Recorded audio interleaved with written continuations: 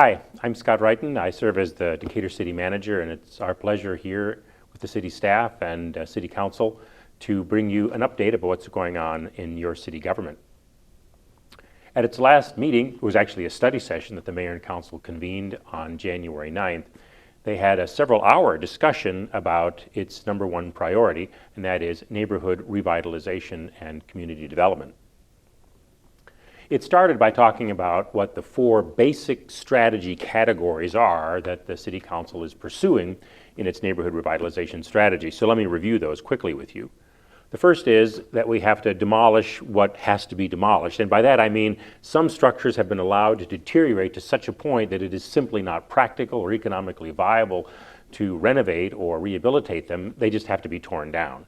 So we want to tear down as many of those as we can. And in fact, the City Council has provided the resources, and staff has been pursuing pretty vigorously rising and increasing the number of demolitions that we do every year.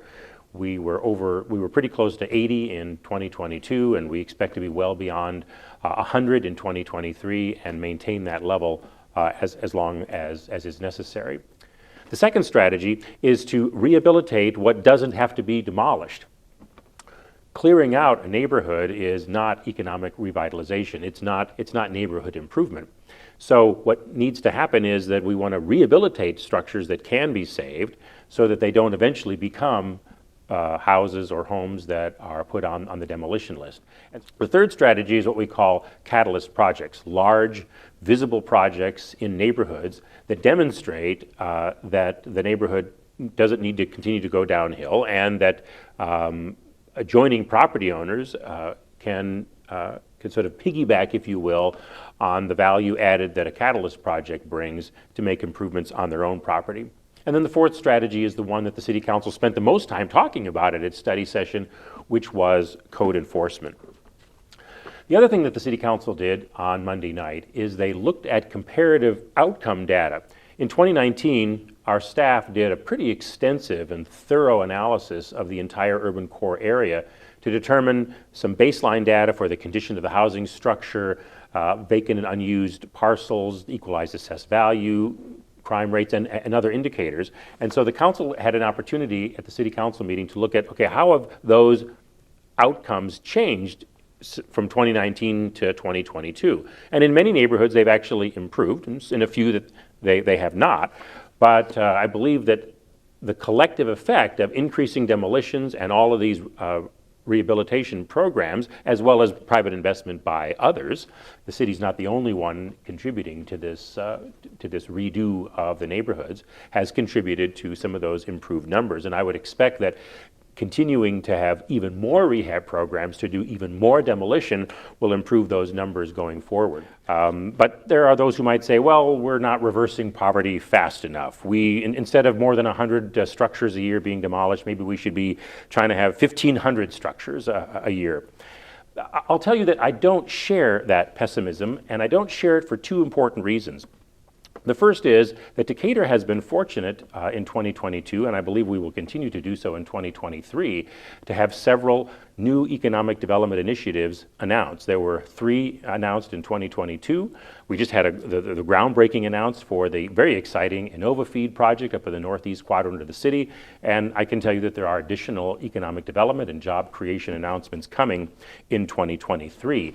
The effect of this is that more job creation means even more demand for housing, which will mean that gap between the fair market value of doing improvements or building new structures and what you actually have in them will continue to shrink, because demand will increase housing prices so that it becomes more profitable to do rehabilitation and new construction. And that will happen faster than it has happened historically because of the successes that Decatur is realizing and will, I believe, continue to realize in the near future. But that last leg of the stool, or the last category, if you will, of neighborhood revitalization is code enforcement. And for the last couple of years, we haven't been pursuing scaled up code enforcement as vigorously as we've been pursuing demolition, rehab, and catalyst projects.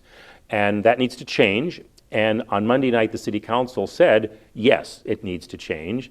And they talked about 6 specific areas where we could ramp up, scale up code enforcement, to do our 72-hour cleanups more aggressively, to go after certain types of nuisances more aggressively, to make some changes in how trash is collected and some other things that affect the visibility and the appearance of neighborhoods, as well as the accumulation of debris that's in our neighborhood, all of which contributes to the visible condition of neighborhoods in the distressed areas in Decatur. So in the aggregate, I think that you'd find that the City Council not only has a coherent strategy, but has also developed a way of measuring whether or not it's being successful, if it's moving the needle, if you will, as it moves forward.